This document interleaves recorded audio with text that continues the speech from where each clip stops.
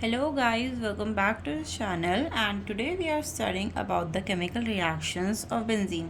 So in the last lecture we studied about its resonance, its orbital picture, and now we are studying about its chemical reaction.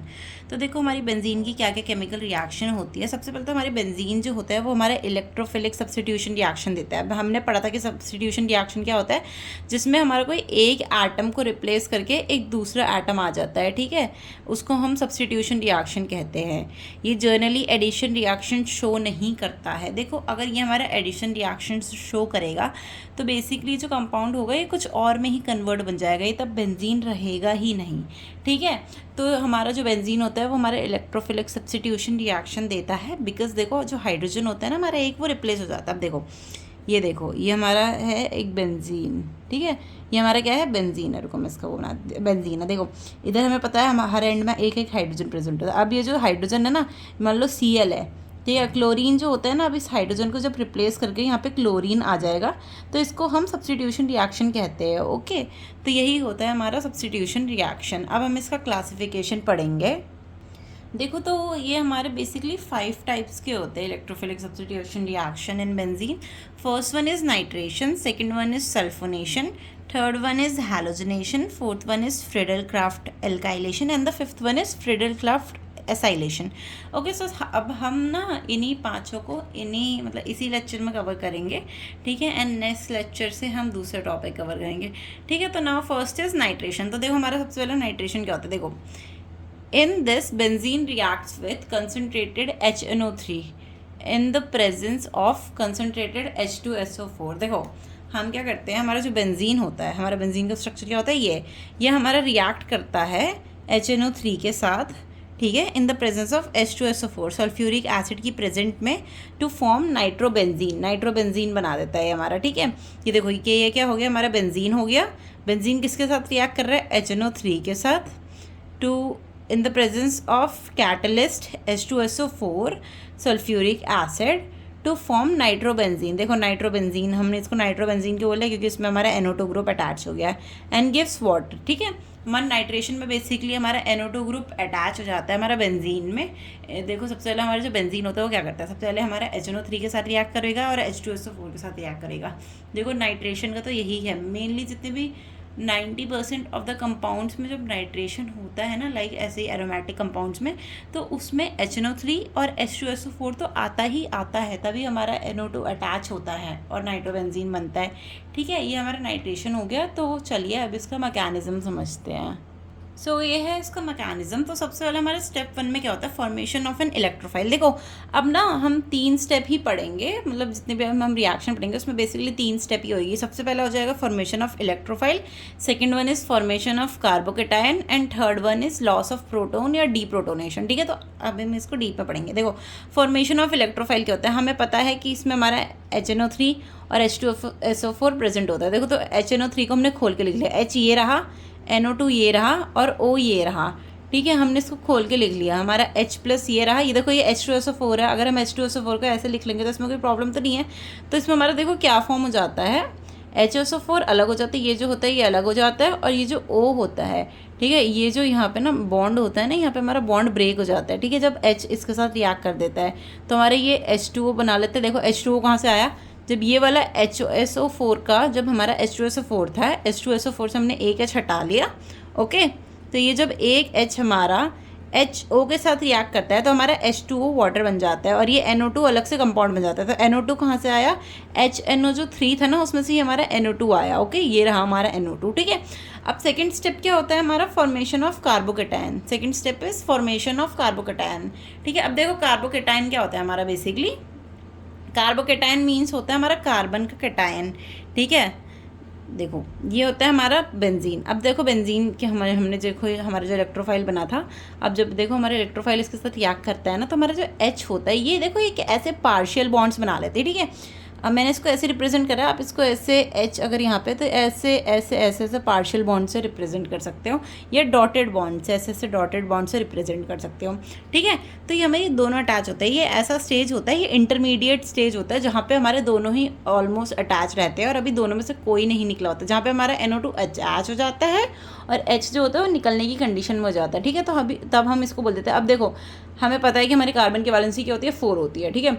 But यहाँ पे देखो, यहाँ पे हमारा carbon की valency, अगर हमारा एक और मान लो अगर डबल बॉन्ड लगा होता है यहाँ पे, मान लो ये जो डबल बॉन्ड होता मान लो ये लगा होता, ठीक है, तो हमारी कार्बन की वैलेंसी कितनी हो जाती, 5 हो जाती, विच इज़ नॉट पॉसिबल।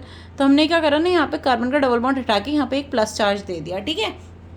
तो फिर हमारा यहाँ पे हमारा H तभी अटैच हुआ और NO2 तभी अटैच हुआ। तो देखो अब कितनी वैलेंसी है इसकी, 1 2 3 4, अभी 4 ही है, ठीक है। पर अगर हमारे यहाँ पे डबल बॉन्ड होता तो इसकी वैलेंसी 5 हो जाती। तो इसलिए हमने यहाँ का जो बॉन्ड तोड़ के यहाँ पे एक प्लस चार्ज लगा दिया है, ओके। एंड थर्ड स्टेप है लॉस ऑफ प्रोटोन। हमारा थर्ड स्टेप में लॉस ऑफ प्रोटोन होता है, ठीक है, डीप्रोटोनेशन होता है। देखो प्रोटोन क्या होता है, जो भी हमारा पॉजिटिव चार्ज होता है वो प्रोटोन होता है। तो हम बेसिकली हाइड्रोजन को भी एज अ प्रोटोन काउंट कर लेते हैं। तो देखो जब हमारा H जो है यहाँ पे से रिमूव हो जाएगा ना, तो हमारा हम डीप्रोटोनेशन इसको बोल देते हैं। देखो हमारा ये था, ये क्या है हमारा कार्बोकेटायन, ये क्या है हमारा कार्बोकेटायन। कार्बोकेटायन जब भी हमारा रिएक्ट करता है HSO4, अब HSO4 कहाँ से आया, हमारा H2SO4 था ना हमारा कैटलिस्ट। तो जब H2SO4 का हमने H रिएक्ट करवा दिया था HNO3 के साथ, तो हमारा HSO4 बचा था। देखो अब HSO4 का क्या होगा, ये H था, ये जो H है ये क्या करता है, ये इधर ना इसके साथ जाके दोबारा रिएक्ट कर लेता है, ठीक है। तो हमारा NO2 जो होता है वो फाइनली यहाँ पे जुड़ जाता है और H2SO4 का H2SO4 बन जाता है, और हमारा वाटर तो हमारा पहले का इसमें था ही। तो ये कुछ भी नहीं है, इसका मैकेनिज्म हमारा बहुत ईजी है, ठीक है। अब नेक्स्ट हम पढ़ेंगे सल्फोनेशन, ठीक है। तो देखो हमारा सल्फोनेशन में क्या होता है, सल्फोनेशन मतलब क्या होता है, सल्फर ग्रुप। देखो नाइट्रोजन जब हमारा नाइट्रेशन बोल रहे थे हम, तब हमारा नाइट्रोजन ग्रुप अटैच हो रहा था। अब सल्फोनेशन बोल रहे तो ऑब्वियसली हमारा सल्फर ग्रुप ही अटैच होगा। देखो तो इसमें क्या होता है, जो हमारा बेंजीन जो होता है ना, वो हमारा कंसनट्रेटेड H2SO4 के साथ रिएक्ट करके हमारा बेंजीन सल्फ्यूरिक एसिड बना लेता है, ठीक है। बेंजीन सल्फ्यूरिक एसिड बनाता है, किसके साथ रिएक्ट करके, हमारा बेंजीन के साथ, मतलब सॉरी हमारा H2SO4 के साथ हमारे रिएक्ट करके बेंजीन सल्फ्यूरिक एसिड बना लेता है। तो देखो हमारी इसकी रिएक्शन क्या होती है, जब हमारे बेंजीन होता है ये H2SO4 के साथ रिएक्ट करके हमारा यहाँ पे SO3H इसके साथ अटैच हो जाता है, किसका, बेंजीन रिंग के साथ, एंड वाटर भी बन जाता है, ठीक है। ये देखो ये रिएक्शन हमारी रिवर्सिबल होती है। ये अगर हमारा ये दोनों भी दोबारा वापस ये बना सकते हैं, ठीक है। तो अब इसका मैकेनिज्म समझेंगे। तो फर्स्टली हमारा मैकेनिज्म होता है, वही हमने सब बताया था कि जो हमेशा हमारे 3 ही स्टेप होते हैं एक मैकेनिज्म में, formation of electrophile, formation of carbocation and deprotonation. तो इसमें क्या होता है, देखो हम 2H2SO4 लेंगे। अब 2H2SO4 क्यों ले रहे हैं, क्योंकि देखो नॉर्मल H2SO4 अगर हम एक लेंगे तो उससे हमारा काम नहीं होगा, ठीक है। इसमें और कोई हम कैटलिस्ट भी नहीं ले रहे हैं, ठीक है, बस H2SO4 ही ले रहे हैं। अगर हम H2SO4 सिर्फ 1 मोल लेंगे या एक उसका ही कंपाउंड लेंगे तो उससे हमारा नहीं होगा, क्योंकि उसमें हमारे प्रोटॉन्स ही फिर फॉर्म नहीं होंगे या हमारा कुछ भी इलेक्ट्रोफाइल ही फॉर्म नहीं होगा, ठीक है। तो इसलिए हम 2H2SO4 ले, देखो हमने 2H2SO4 लिया, उसका क्या होता है, हमारा H3O फॉर्म हुआ, ठीक है, फिर HSO4 हुआ, फिर हमारा SO3 फॉर्म हुआ। अब ये कैसे फॉर्म हुआ हमारा H2SO4, देखो सबसे जल्दी ये तो तुम्हें पता ही होगा कैसे फॉर्म हुआ। हमने एक H इसमें से हटा लिया, ओके, HSO4 बचा, फिर एक H क्या करते हैं हम वाटर में लगा देते हैं, ठीक है, और SO3 यहीं पर रह गया, ओके। ये इजी है बहुत ज़्यादा, हमने बस इसको तोड़ के लिख दिया है, ठीक है। और जो SO3 यहाँ पे होगा ना, ये हमारे इलेक्ट्रोफाइल होता है, ठीक है। हमने बस देखो ये कुछ टफ नहीं है, हमने बस H2SO4 को तोड़ के लिख दिया है in the form of H3O and H2SO4 and SO3, okay. ये बहुत ईजी है। SO4 तो तुमको पता है कि हमने कैसे लिखा, वो H+ और HSO4- में लिखा, ठीक है। ये एक H2SO4 का हो गया, ठीक है। अब जो एक H2O4 बचा था, ये हमने इसको H3O में और SO3 की फॉर्म में लिख दिया, ठीक है। अगर तुम इसको भी कंबाइन करोगे तो ये भी तो सेम ही हो जाएगा ना, समझ गए। ये ऐसे होगा हमारा स्टेप 1, ये ईजी है, बस थोड़ा समझने की ज़रूरत है। देखो सेकंड स्टेप में क्या होता है, हमारा formation of carbocation. Second step में होता है हमारा फॉर्मेशन ऑफ कार्बोकेटाइन, वही सेम स्टेप है। SO3 जब हमारा इसका इलेक्ट्रोफाइल आके रिएक्ट करता है हमारा बेंजीन रिंग के साथ, तो हमारा कार्बोकेटाइन बना लेता है। यहाँ पे पॉजिटिव चार्ज आ गया, यहाँ पे SO3- हो गया, यहाँ पे H+ हो गया। अब देखो थर्ड स्टेप में क्या होता है, डीप्रोटोनेशन हो जाता है। अब हमारा जो H होगा वो रिमूव हो जाएगा, ठीक है। H2SO4 दोबारा आ जाता है, SO3 यहाँ पे आ जाता है हमारा, ठीक है।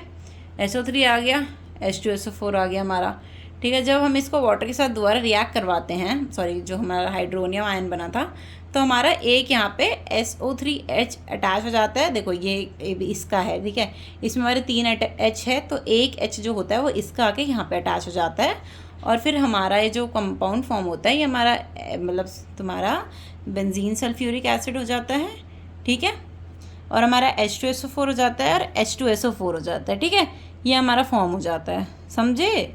ये अब H2O कहाँ से आया, ये इसका जब एक हमारा H3O है, ठीक है, अगर एक H हम इसका यहाँ पे लगा देंगे तो ऑब्वियसली हमारा H2O ही बचेगा, और H2SO4 हमने पहले का ये जो है ये हमारा HSO4 था, इसमें जब एक हमारा ये जो H है ये इसके आगे आगे साथ में जुड़ गया तो हमारा H2SO4 यहाँ से आया। ओके, ये कुछ भी नहीं है, ये बहुत ईजी है, बस समझने की ज़रूरत है। Okay, so the third reaction is halogenation. देखो हमारे हैलोजन्स कौन कौन से होते हैं, ब्रोमीन होते हैं, क्लोरीन होता है, फ्लोरीन होता है, आयोडीन होता है, ठीक है।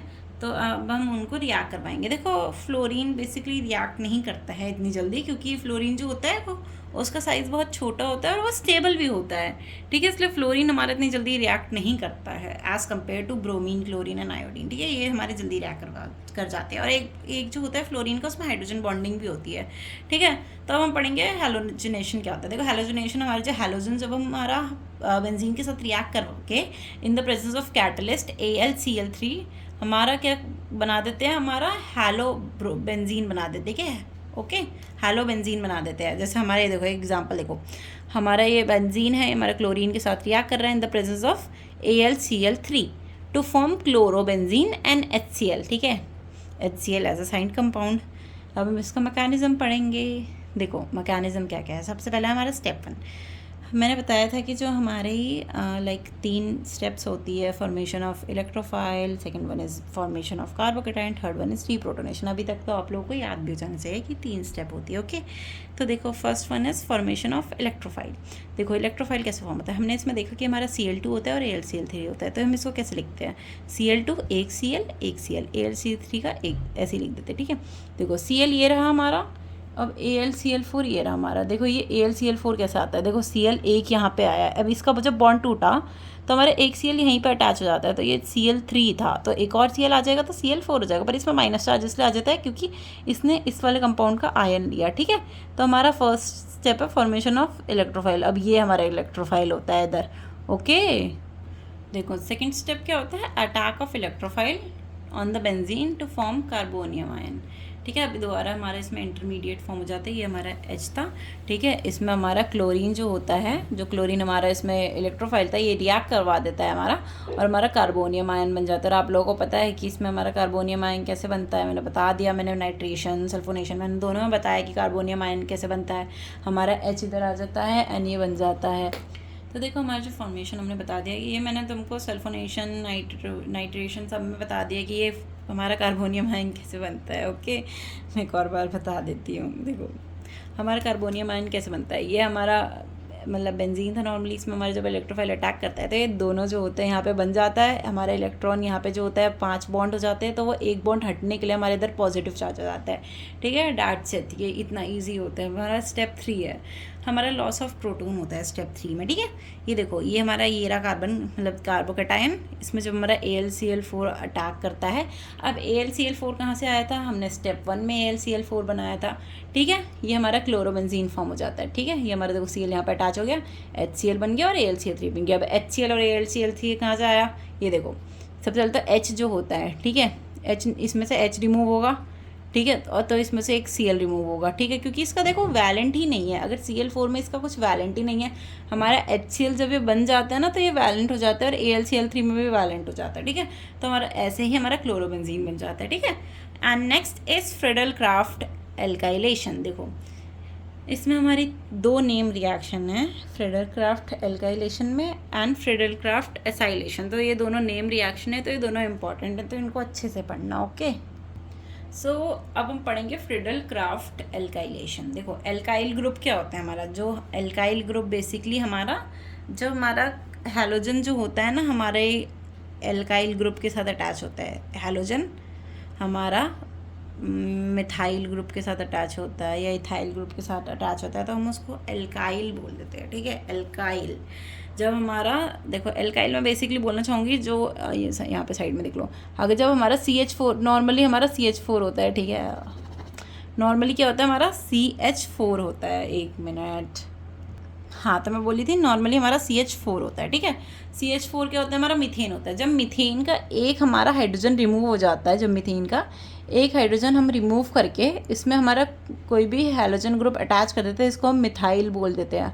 ये तब हमारा क्या फॉर्म हो गया, मिथाइल। ओके, तो अब हमारा इसमें क्या बोला गया है, जब भी हमारा एल्काइल ग्रुप जो होता है वो हमारा कोई भी मतलब बेंजीन जो होता है वो हमारा एल्काइल ग्रुप के साथ रिएक्ट करता है, तो वो हमारा क्या बना लेता है, एल्काइल बेंजीन। देखो इसमें हमारा कैटलिस्ट क्या होता है, AlCl3। तो एक बात याद रखना कि जो हमारा क्लोरीनेशन होता है उसमें भी हमारा सब में जो मतलब कैटलिस्ट होता है वो हमारा AlCl3 होता है, और Friedel Crafts alkylation and Friedel Crafts acylation, इन सब में भी जो हमारा वो होता है कैटलिस्ट वो हमारा AlCl3 ही होता है। तो इसका अब हम मैकेनिज्म समझते हैं। ओके, सो देखो स्टेप 1 क्या है। सबसे पहले हमारा फॉर्मेशन ऑफ इलेक्ट्रोफाइल, हमेशा की तरह हमारा फर्स्ट स्टेप यही होता है, हमारा इलेक्ट्रोफाइल फॉर्म होता है। तो CH3Cl प्लस AlCl3 क्या बन जाता है, CH3। देखो दोबारा क्या होता है, ये जो कार्बन Cl होता है ना, सॉरी, ये हमारा इसके साथ दोबारा बन जाके AlCl4 बना देते हैं, CH3 बनाते हैं, और ये हमारा कार्बोकेटाइन है, याद रखना। ये जो है ये हमारा, सॉरी कार्बोकेटाइन नहीं, ये हमारा इलेक्ट्रोफाइल है, ठीक है। यही हमारा कार्बोकेटाइन के साथ ऐड होगा, मतलब कार्बोकेटाइन फॉर्म करता है जो हमारा, तो उसी के साथ ऐड होगा और यही हमारा फाइनल प्रोडक्ट में ऐड होगा। ओके, समझ गए स्टेप 1। सो स्टेप 2 क्या होता है, हमारा formation of carbocation. Formation of carbocation मैंने 3 बार बता दिया। फॉर्मेशन ऑफ कार्बोकेटाइन क्या होता है, इंटरमीडिएट होता है हमारा। तो देखो हमारा ये रहा बेंजीन, ये किसके साथ रिएक्ट करता है, हमारा इलेक्ट्रोफाइल के साथ रिएक्ट करता है, ये हमारा कार्बोकेटाइन बना देता है, ठीक है। कार्बोकेटाइन ये रहा हमारा CH3 और H, ठीक है। अब ये H जो होता है ये हमारे नेक्स्ट स्टेप में रिमूव होता है, ठीक है। ये देखो डी प्रोटोनेशन हो रहा है हमारा स्टेप 3 में। ये रहा H, ये रहा हमारा CH3, ये रहा AlCl4, ये हमारा CH3 यहाँ पे आ जाता है, HCl आ जाता है, AlCl3 आ जाता है। देखो HCl और AlCl3 कैसा है, ये तो तुम्हें पता है, क्लियर है कैसे आया। यहाँ ऑलरेडी अटैच था, जब H रिमूव हो जाता है तो ये फाइनल प्रोडक्ट बन जाता है, और इसका जो बॉन्ड होता है वो वापस आ जाता है, ठीक है, क्योंकि तब हमारी वैलेंसी 3 हो जाती है, तो उसको वैलेंसी कंप्लीट करने के लिए एक और उसका बॉन्ड आ जाता है, ठीक है। अब देखो AlCl4 यहाँ पे था, ठीक है। अब यहाँ पे AlCl3 है, तो यहाँ पे जो H होता है, जो H होता है ना, यहाँ पे एक Cl रिमूव हो जाता है यहाँ से, और H भी रिमूव हो जाता है, तो ये हमारा रिमूव करके HCl बना लेते हैं। ओके, और AlCl3 हमारी जो वैलेंसी होती है वो हमारी नॉर्मल हो जाती है, समझ गए। तो यही था हमारा फ्रिडल-क्राफ्ट एल्काइलेशन, जिसमें हमारा एल्काइल बेंजीन फॉर्म हो जाता है। So this is the last reaction of today's topic, Friedel-craft acylation.